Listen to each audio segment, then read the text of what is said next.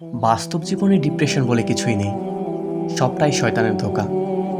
আমরা যারা ডিপ্রেশনে ভুগি তারা প্রত্যেকেই ইবলিশ শয়তান দ্বারা প্রভাবিত।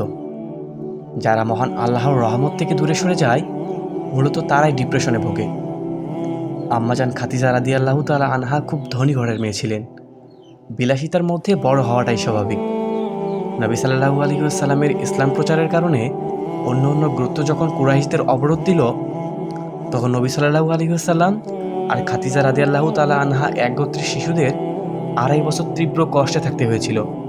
এমনকি খিদার কারণে গাছের পাতা পর্যন্ত খেয়েছিলেন তারা। বিলাল রাদিয়াল্লাহু তাআলা আনহা ছিলেন হাফিজ কৃতদাস। ইসলাম কবুলের অপরাধে তাকে মরুভূমির রোদে ফেলে রাখা হতো।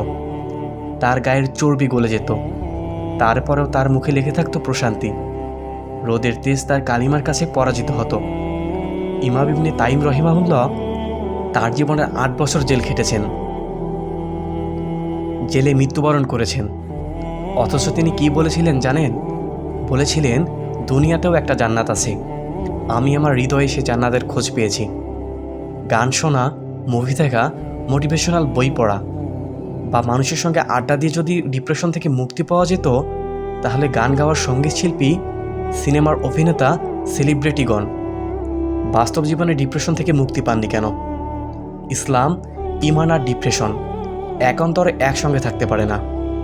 যদি আপনার অন্তরে বিন্দুমাত্র ডিপ্রেশন থাকে, তার মানে আপনার অন্তরে আল্লাহ নেই, ওখানে শয়তান বাসা বেঁধেছে। যারা ডিপ্রেশনে পড়ে বা আত্মহত্যা করে তারা হয় অজ্ঞবাদী, না হয় অবিশ্বাসী। কোনো মুসলিম যদি ডিপ্রেশনের শিকার হন, তাহলে আপনার ইমান নিয়ে ভেবে দেখার সময় এসেছে। এবার অনেকেই তেড়ে এসে বলবেন, আমার পরিস্থিতি আপনি বুঝবেন না, আমার ফ্যামিলি প্রবলেম, আমার এই প্রবলেম, ইত্যাদি ইত্যাদি। আরে ভাই থামেন তো, কোন পরিস্থিতির গল্প শোনান আপনি? বউ ভালো না, হজরত লূত আলাইহিস সালামের স্ত্রীও ভালো ছিল না। হজরত আসিয়া রাদিয়াল্লাহু তাআলা আনহুর স্বামীকে ছিলেন জানেন? ফেরাউন।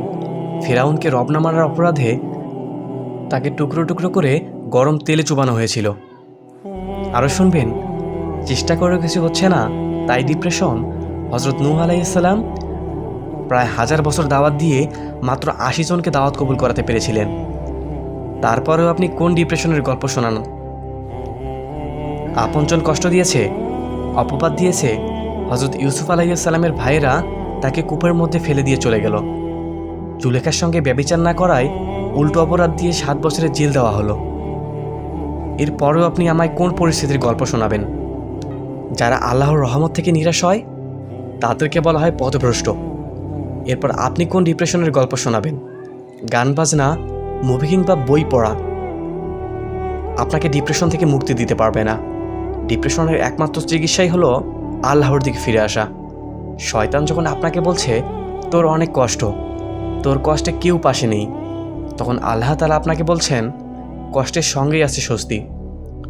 অবশ্যই কষ্টের সঙ্গেই আছে স্বস্তি। তাহলে সমাধান কি? জেনে রাখো, আল্লাহর স্মরণের মাধ্যমেই অন্তরের সত্যিকারের প্রশান্তি লাভ করা যায়। আল্লাহ আমাদের সকলকে সঠিক বুঝদান করুন, আমিন। ফি আমানিল্লাহ। ইনশাআল্লাহ আবার আমাদের একতরফা কথা হবে অন্য কোনো ভিডিওতে। সেই পর্যন্ত ভালো থাকবেন। আসসালামু আলাইকুম রহমতুল্লাহ।